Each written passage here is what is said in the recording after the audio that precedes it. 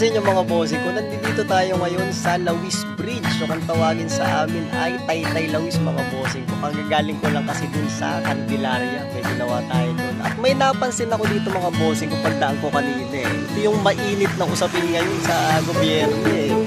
Yung flood control project. Ayan. So nakakatuwa naman. Inumpisaan na pala ang flood control project dito sa Lawis Bridge mga bossing ko. Ayan o, kabilaan yan. So dito naman yung isa. Ayan. Ayos.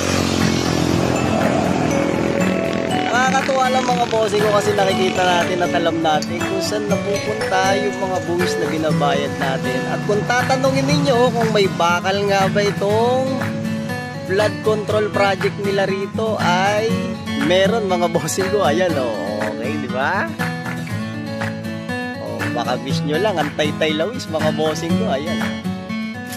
Nice.